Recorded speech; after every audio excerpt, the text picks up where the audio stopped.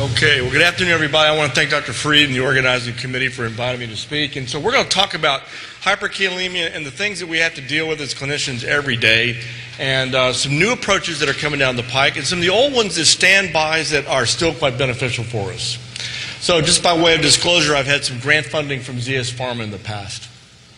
So we're going to review current standard care of therapy for hyperkalemia management. We're going to talk about the relative efficacy of insulin, beta agonists, and on the old polystyrene binders for management of emergent hyperkalemia. We're going to review some of the mechanisms of the novel K-binding resins that are coming on the market, Patiromer and zirconium cyclosilicate. And then we're going to review some published literature about the usage of those newer agents. Okay, let's start with a case. This is our world. So we have a 64-year-old woman who's brought to the emergency department by her family after being found down, right? So we see this all the time. She was down for some unknown period of time. At initial presentation, she was lethargic but awake, complaining of weakness and a headache. The patient's daughter had noticed that she'd been seen by her primary care physician 5 days before coming to the emergency department and had been given a quote-unquote new blood pressure medication. She's got an extensive past medical history. She's a type 2 diabetic. She's got an ischemic cardiomyopathy, has known CKD stage 3, peripheral vascular disease, and has intermittent atrial fibrillation. Her medications are as follows. She's on sitagliptin, she's on glipizide, enalapril, DIG, hydralazine, and diltiazem. So here's what she hits the door with. Her blood pressure is 76/50. Her pulse is 45. This is not the case you want to get at 3 o'clock in the morning, right? This is just not a good thing. Temperature's 98, weight's 80 kilograms. She's got rails. She's got a grade 2 systolic ejection murmur. She's profoundly bradycardic. Diffuse muscle pains in the upper lower extremities. Pretty lousy electrolytes. I think we'd all agree this is not a good thing. Sodium's 146. K's 8.2. Chloride's 103, bicarb 17. She's an acute renal failure, B1 at 97, creatinine 7.5. GAP is 26. She is mildly hypoxic and has a pretty well-preserved acid-base status. White count 17,000 and hematocrit of 30. Her CPK is 67,000. Her troponins are normal, and her urine myoglobin is positive. So pretty obviously she has a provisional diagnosis of traumatic immobilization induced rhabdomyolysis with acute kidney injury. So that's her EKG. So you nudge your spouse, get your car keys, and what? You drive in, right? You know, so pretty bad looking EKG. So while that's happening, your colleagues in the emergency department do the usual kind of thing. So she receives atropine for symptomatic bradycardia. She gets gold-directed fluid resuscitation, typical things. She receives calcium gluconate for a Y-complex EKG. She's bolused with insulin with D50 for the potassium. She's also put on aerosolized beta agonist for her hyperkalemia, and then also put on a bicarbonate drip primarily for her rhabdomyolysis. So we're going to go through the usual things that we do. So we're going to go over the usage of calcium chloride. We're going to talk about the insulin shifters, if you will, insulin and beta agonist, and then the binding agents, both new and old. So let's talk about calcium rescue. So this will really save your life and the patients as well. So the mechanism has always been that we were always taught as fellows, right, that this has a membrane stabilizing effect. I'm going to show you some data that in fact that's probably not true. High potassium depolarizes cardiac myocytes, leading to inactivation of the sodium channels. Dr. Palmer obviously gone over this in great detail. The onset of calcium is rapid, occurs within about 30 minutes, the duration of it, and its onset can be quite striking when you see a Y-complex lesion. Its indications are for Y-complex QRS and flattened P waves. The calcium gluconate is usually given as a dose of 1 gram over 2 to 3 minutes. Calcium chloride, 0.5 gram to 1 gram, again over 2 to 3 minutes. If you give calcium chloride, it's best if you give it as a central line because, in fact, those patients, if they extravasate, can lead to a really nasty burn in the patient. Calcium chloride gives you more delivery. So 1 gram delivers 270 milligrams of equivalents of calcium compared to 90 for calcium gluconate. Under conditions of shock, such as this person, calcium chloride would probably be the better choice, and some older versions are no longer used in this country. So why do we use calcium again? Well, we were always taught about this membrane stabilizing. Let me show you this paper This is published by a group of ED physicians a number of years ago, and they looked at a transmural wedge of canine cardiac hearts that were exposed to either normal kalemia with a K of 4 milliequivalents or increasing dosage of hyperkalemia up to 4 to as high as 12 millimolar. And then they treated the patients either with a calcium chloride bath with without that, and then simultaneously by patch clamp technique measured sodium conductance in the cardiac wedges. So when you have a lower calcium conductance, obviously you're not propagating your action potential, therefore this gives you the Y complex. So if you look on the left, this is the hyperkalemic dogs. Here's the hyperkalemic dogs giving calcium, and when the calcium is given, both the cardiovascular conductance and the action potential delay was decreased. So the less negative number indicates that you had a positive benefit on cardiac myocyte conduction. And this was also seen in the action potential. Now, when the same tissue was then treated with an L-type calcium channel blocker, you completely abrogated the effect. And so what that says is that it was always taught that it's intercalated between negative charges on the surface of the membrane. What you're probably doing through L-type calcium channels is promoting calcium conductance, sodium conductance. Now, how about the old standbys, insulin and beta-adrenergic receptors agonists? So this is some old data. Michael Lahn's group down in Birmingham at UAB did this a number of years ago. And he looked at a comparison of albuterol aerosols with or without insulin in reducing and stabilizing hyperkalemia. So he looked at a small number of dialysis patients whose pre-dialysis potassium was over 5.0. And the patients were randomized to either 10 units of regular insulin with a 50-gram bolus of D50, or albuterol aerosol at 20 milliequivalents inhaled over 10 minutes, or a combination of both drugs. Now, there's a couple tricks in here for us, clinical pearls that are quite good. If you look very carefully at the patients receiving the albuterol, the effect starts to occur within as early as 15 minutes. And if you look at the change of potassium here at 15 minutes, it was superior to what occurred, or not as quickly as occurred with insulin alone. But by the two come together at 1 hour, both of the two agents were equivalent in terms of their efficacy when given individually. However, when you combine the insulin with the beta agonist, you got an additive effect. So this is something that's well known to our ED colleagues. Typically is handled for us before we ever get there, and but is a good trick to remember if you're ever alone. Now, drug-induced hyperkalemia, this is a problem that we deal with every day, and there's a number of agents, and Dr. Palmer's already gone over them. Of course, it's obvious to say the ACE and the ARBs. Eplerenone, spironolactone are also quite common. Trimethoprim, remember, it blocks the barium-sensitive potassium channel and can give you rapid hyperkalemia very quickly without the development of AKI or interstitial nephritis. Amiloride is growing a lot, particularly in some of the world that I live in with nephrotic syndrome. Amiloride's being used increasingly as an antiproteinuric agent. And then don't forget your beta blockers. Exactly the opposite of what you just saw with the albuterol aerosols can also induce hyperkalemia. And again, Dr. Palmer mentioned that. Okay, let's go back to our case. All right, so here's our EKG 1 hour after she received the insulin bolus. Not so wide. That's good, right? She's still bradycardic. And look at that. Potassium is still 7.2. So when you look at the laboratories, her K is 46, her sodium is 146, K is 7.2. She's still acidotic. She's obviously not been dialyzed yet. And now the laboratory calls you with a toxic digoxin level of 4.8. So the patient was appropriately treated with Digibind to immunologically bind up the digoxin. And then by then you've gotten there and you've instituted emergent dialysis.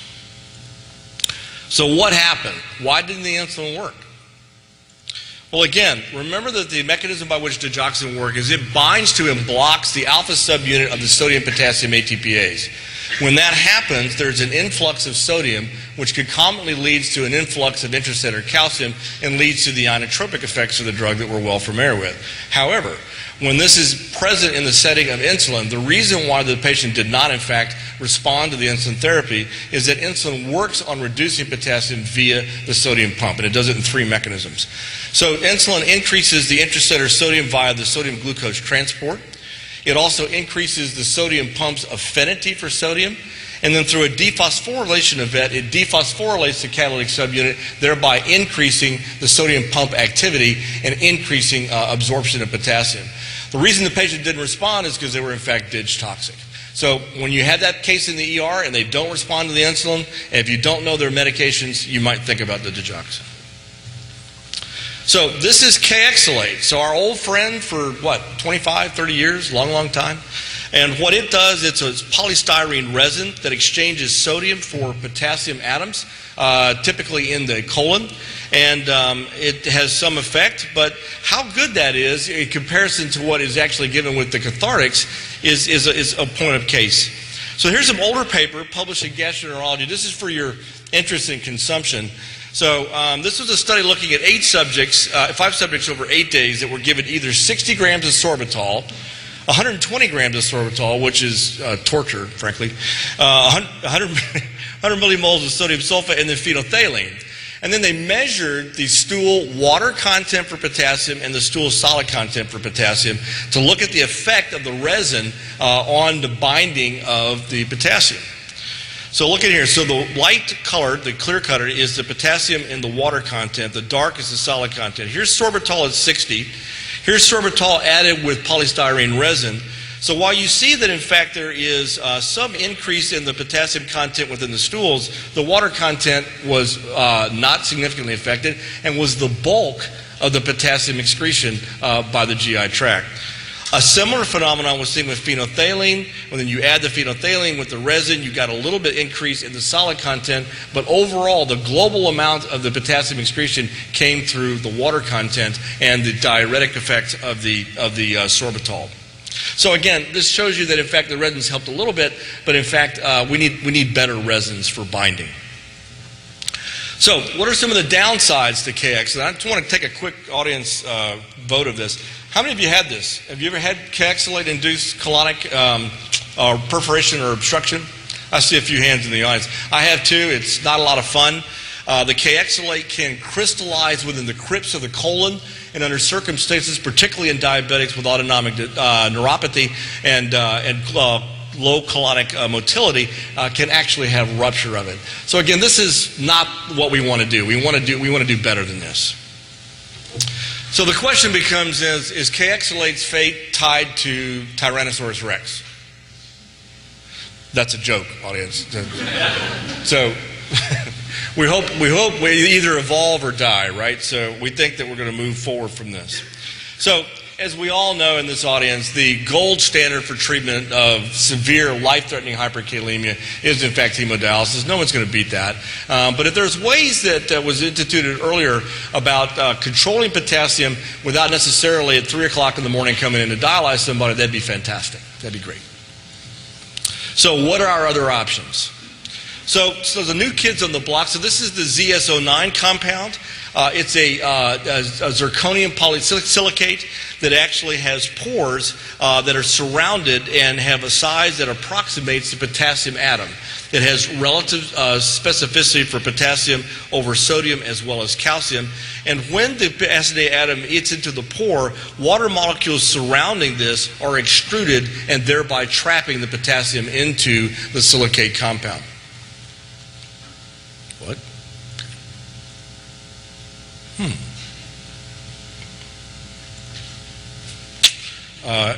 Obviously having an IT problem.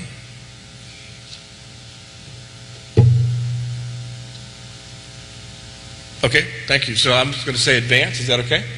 Got it? Fine, good. All right, so this is some data that was published a couple years ago in JAMA looking at the efficacy of ZSO9 in treating hyperkalemia. So these are patients looking at baseline compared to 10 grams of the drug, and they broke this down into the first 2 hours of therapy, followed by 24 hours, and followed by 48 hours. So you can see in the first hour there was a 0.7 milliequivalent on average reduction in potassium during that first hour. So if your person is a K of 6.7, and as Linda indicated, you had a tolerance for 6.0, you may or may not choose to dialyze at that point. Within 2 hours, that was down to by almost a milliequivalent, and then you can see at 24 and 48 hours, it's down to as much as 1.8. Next slide. Okay, so let's switch gears. That's the acute phase. What about the chronics? What about the patient that we want to have? That patient that has advanced CKD, they're diabetics, and invariably they're going to have some degree of heart failure. So this has been a problem both for our cardiology colleagues, controlling this potassium and doing what we know can benefit the patient. So you're asked to see a 57-year-old female with a 12-year history of type 2 insulin-dependent diabetes. She has a dilated cardiomyopathy, and her lisinopril was stopped 3 weeks prior to coming to see you because of persistent hyperkalemia. The cardiologist wants to know what we can do. This dropping of her lisinopril has led to repeated hospitalizations and multiple visits to the emergency department for decompensated heart failure. And what are our options? So here's her medications. She's on diltiazem at 120. She's on a pretty good slug of furosemide at 80 twice a day. The cardiologist already did the right thing by adding a thiazide distal diuretic, and she's on carbidiol as well. So here's her labs going back to July of 2015. So at that time, her potassium was 5.9. Kayexalate was given at that time. The patient's lisinopril was subsequently decreased. By September of 2015, she's already had one repeated episode visit to the emergency department, or case 6-2. Kayexalate is given again. Our hydrochlorothiazide is started, and her lisinopril is now completely stopped.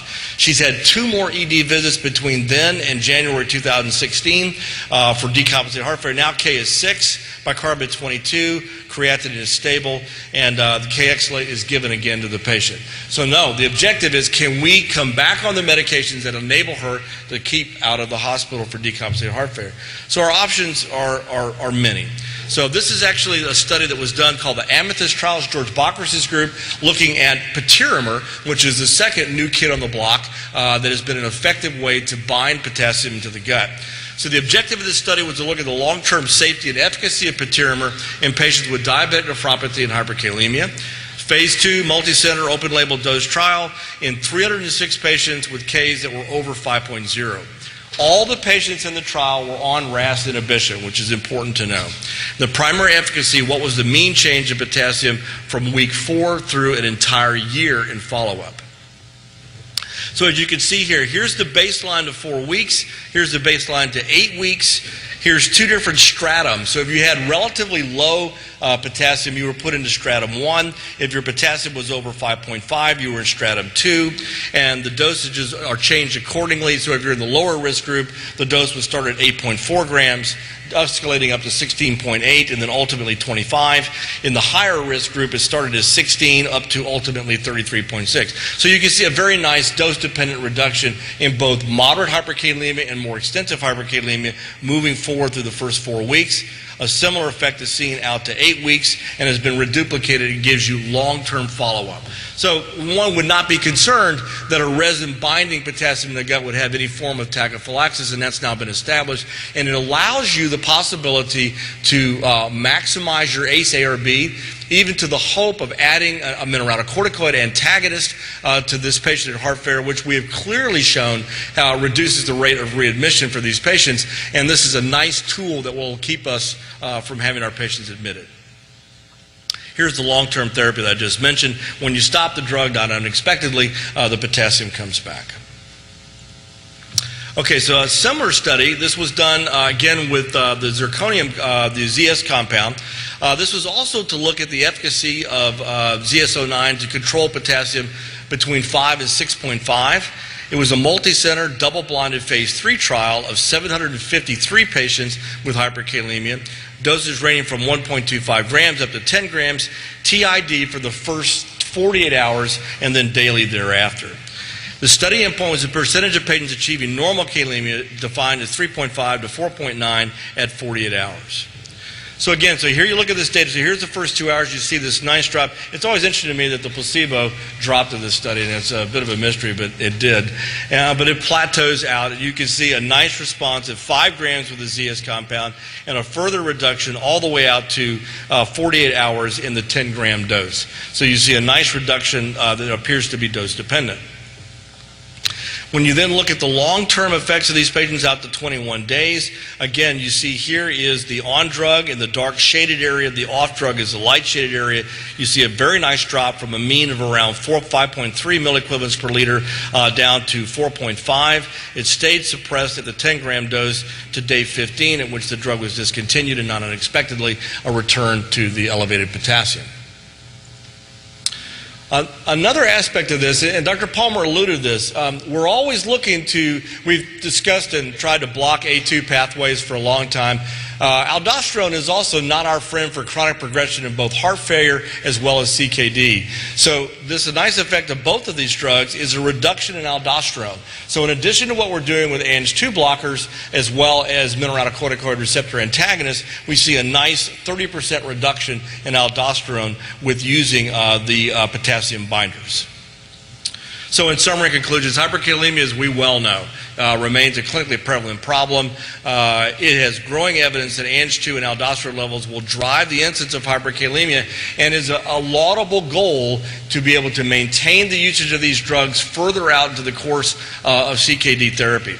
Calcium gluconate or chloride remains the first-line therapy for life-threatening hyperkalemia. Dialysis, no one's going to beat it, still the gold standard. Insulin and beta agonists in combination work very effectively. It can stabilize the patient until you get there. GI binding with Patiromer and the ZSO9 are going to, I think, change a lot of our practice patterns. So thank you so much for allowing me to speak to you. I'd love to take some questions.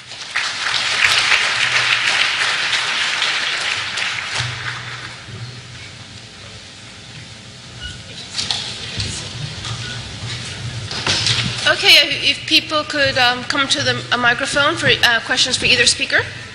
Yes? Houston, very nice presentation. You mentioned the number of drugs that can produce hyperkalemia, and I don't know if I missed that, but you didn't mention heparin. No, I didn't mention that. That's a great comment. So the gentleman's referring to, it's typically long-term heparin that's used in hospitalized patients, and the mechanism, and Dr. Palmer can correct me on this, is by blocking aldosterone production, but I'm not exactly sure of the mechanism of that. It's a hyporenal hypoaldo mechanism. You produce inhibit, but I can tell you, we did an audit several years ago in the ICU patients, and I can tell you the most common cause of hyperkalemia was the flashing of the lines with heparin. Right. Now, it's not a joke, because the reason is the amount of consultations that these people have, which it was absolute. When we discontinued that, the heparin, but means it's something that tends to be overlooked. Right. And the other question is for Bill. I enjoy that. Bill, you're having new information about giving more potassium in form of vegetal and fruit to our renal patients, which I agree completely will be beneficial. But in the real world, now that we also suggesting to have spironolactone in some of these patients, for the practitioner, for the fellows present here, what will be the message of how this will translate? Are we going to see an epidemic of hyperkalemia in this population? Well, yeah, I mean, clearly the patients would have to be monitored closely, and the whole point of me going through those kind of beneficial effects was to say that should these new binding agents, as they become available, that may offer a way to be able to more liberalize the diet to perhaps get some of these benefits we just talked about. It's not absolutely proven, that maybe the studies would still need to be done to prove that such a strategy is effective, but these new binding agents theoretically would allow one to liberalize the diet. And not only might you be able to get some cardiovascular benefit, even a quality of life issue could be suggested. Your dialysis patient, we tell them to restrict a lot of stuff. And perhaps just from a quality of life standpoint, the use of these newer agents to help maintain K and yet liberalize the diet would be of interest. No, I agree with you. I just think that the study needs to be done, right? Yeah, absolutely. Absolutely. Hi, Stuart Abramson, Maine Medical Center. Thank you all for excellent presentation. I have a question about Patiromer. It seems to be very effective in the patients I'm using it on. The recommendation right now is to not have any other medications given within 6 hours of that medication, which I find almost impossible. Any insight on whether that's essential? I think that's a large hindrance in using this routinely. Really good comment, and you're quite right. There's been a number of agents that have been found to bind to the Patiromer complex, and so it is something that's going to have to be watched very carefully. Frankly, for me, I've still been able to use it with a certain degree of alacrity, but it's something we have to watch for. But your point's well taken. It's something to be concerned about. My understanding is that they have submitted to the FDA to shorten that window. And that window, if the FDA accepts the data, I don't think it'll disappear, but I think it's going to come down to 3 hours. And I think 3 hours would be a more doable time window. Thank you. I would also make one other comment in regards to that. As you may know, within the last 2 to 3 months in the American Journal of Nephrology, there was a very small study by Bushinsky where he described 6 dialysis patients who were being treated with Patiromer. And one of the things that they noted, again, 6 patients, take it for what it's worth, but there actually was a drop in the phosphate. And so the reason I mention that, should this black box warning of the 6-hour window persist, and you're specifically talking about a dialysis patient, it would be intriguing to ask the question, could you skip the phosphate binder midday and use the Patiromer, because it seems to have this phosphate binding effect, albeit it was somewhat small. Hi, Shweta Natraj, Massachusetts. I've had good luck with Patiromer in my chronic patients with diabetes and hyperkalemias. Have you seen any data on Patiromer in the acute hospitalized patients with hyperkalemia, just like the data you showed us on zirconium? Right. Yeah. So just the question was, we use Patiromer in acute hyperkalemia for hospitalization. There was some studies originally done with Patiromer that the effect of the onset was slower, so that the peak effect was about the first 4 to 6 hours. So there may be a difference between the two agents in terms of the acute onset, but those studies have not been done. I know that there are trials going on with the ZS agent in the emergency department. Arshia Ghaffari from USC in Southern California. I had a question. You didn't mention much about the side effect profile of ZS9. Would you mind commenting on that? Right. So the side effect profile of both of the agents is primarily one of constipation. It has been, and then of course in the ZS agent there's also about 7% of the patients can have lower extremity edema that's been noted with that. The problems, at least in my personal experience, have been ones that have been easily managed, but GI side effects and the development of lower extremity edema with the ZS compound. And then is there any binding issues as there is with Patiromer? I know it's supposed to be more specific, but has there been any medications that have been described to be worrisome that need to be... For binding, I missed that, sir. Binding of other medications when taken concomitantly with ZS9. Yeah, the gentleman before you had talked about that. So there has been a warning of binding of a number of agents during the immediate time of Patiromer exposure. And as Linda was saying, that number is now being looked at the FDA to be separated by about 3 hours. Currently, the recommendations are 6 hours. So there is some concern for that. But for ZS9, is there any concern with ZS9? Is ZS9 have the same binding issues? Not to my knowledge, no.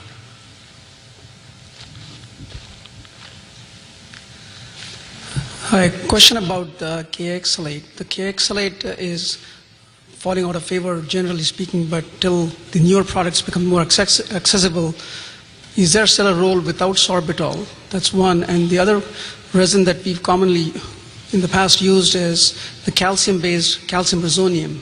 So is that going to meet the same fate as Kayexalate as well?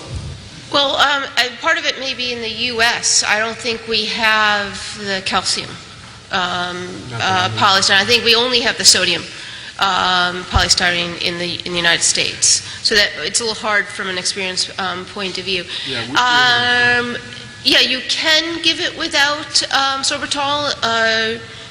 It's actually what the FDA prefers, though I actually think my pharmacy only stocks the premixed, but I'm not sure. But you can get a powder that's just the pure sodium polystyrene without sorbitol. And that's why I showed you that data from the GI paper from '95. I mean, it's older data, but it illustrates that, in fact, that I'm not sure why you'd want to do that, because I think the biggest bang for your buck is coming from the sorbitol and the GI effects on secretion of potassium. So there wouldn't be a real advantage in my mind to eliminating the sorbitol, apart from the obvious. Well, no, but there is, I will do a caveat, there is some concern that the sorbitol plus, though it's controversial, whether the sorbitol with the Kayexalate increases the GI risks. Yes. So that's why the FDA is preferring that you don't use it, though it commonly comes, as I said, premixed. Right. And the other comment, as both of you have alluded to, I mean, to put somebody on chronic Kayexalate therapy, I personally have never tasted it, but I'm told it tastes bad and it's kind of poorly tolerated. It's not truly a viable strategy to use on a daily basis like we have seen with these newer products that seem to be so much better tolerated. Well, then I want to thank everybody for coming and for those who stayed till the end. Thanks.